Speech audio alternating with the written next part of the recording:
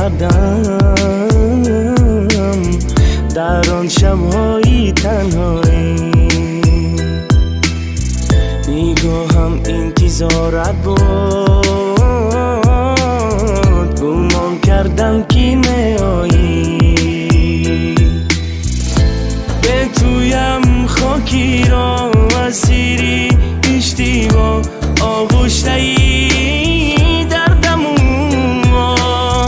بدونی تو بپناه سر پا غرقی گناه ماندیم تو در نیمه را.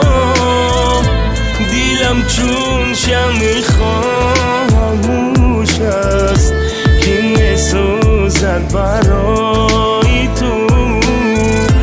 با دوشم باری خم دارم وای، من عمره از خطای تو.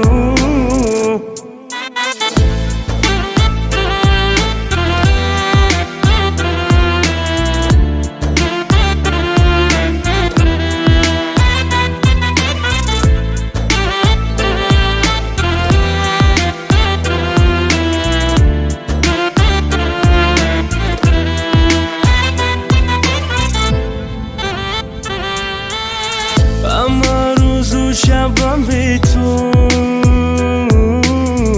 گذشت با رنج و رهبایی.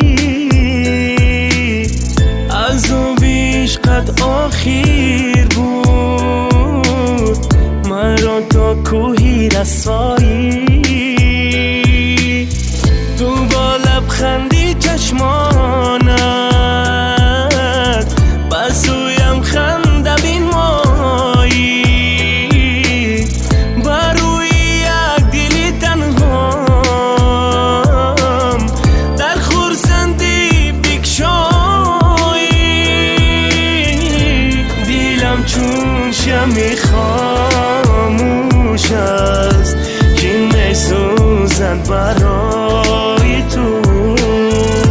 و دوشم باری غم دارم وای، من عمره از خطای تو.